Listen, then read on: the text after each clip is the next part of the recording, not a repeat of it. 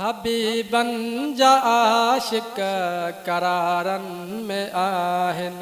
हबीबन जा आशिक करारन में आहिन। आहे सच त ज़िंदा, आहे सच त ज़िंदा मज़ारन में आहिन, मज़ारन में आहिन। हबीबन जा आशिक करारन में आहिन।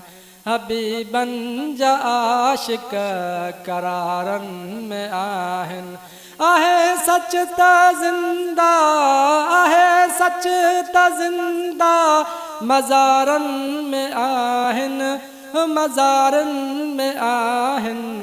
हबीबन जा आशिक करारन में आहिन। हबीबन जा आशिक करारन में आहिन।